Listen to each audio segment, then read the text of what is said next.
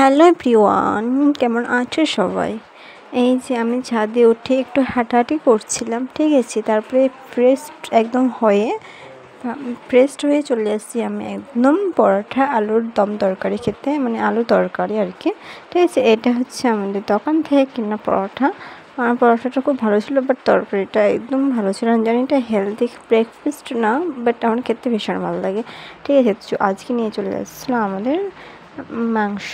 এটা হচ্ছে গরুর মাংস, ঠিক আছে। তো এখানে আমার ভাইটা, যে ওকে আমি মানে দিচ্ছিলাম যে ভাই, ও ভয় করছিল, ঠিক আছে। তো একদম মাংসটা কাটা ধোয়া কমপ্লিট। মানে রসুন, তারপরে আর কি যা যা লাগে, রসুন পেঁয়াজ আমি কাটছিলাম।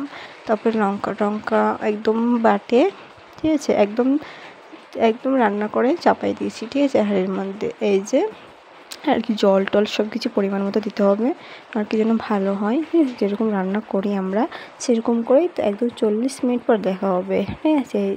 একদম দেখতে পাচ্ছ, একদম সিদ্ধ হয়ে গেছে মাংসটা। আর কালারটা জাস্ট কত সুন্দর আসছে, একদম সিরিয়াসলি খুব ভালো আসছে কালার। আর গরুর মাংস তো এমনিই খুব টেস্টি হয়, যারা খাও তারা জানো, যারা খাও না তারা তো জানো না। খুব সুন্দর হয়, কালারটা জাস্ট ওয়াও ছিল, ঠিক আছে। আর এমনি বৃষ্টির দিনে আর কি ভিডিও বানাবো, তাই না? যেরকম পাচ্ছি ওরকম বানাচ্ছি। তো এত জোরে বৃষ্টি পড়ছে, সিরিয়াসলি খুব জোরে বৃষ্টি পড়ছে, তোমরা দেখবে এখনই, দাঁড়াও। এই যে খুব সুন্দর।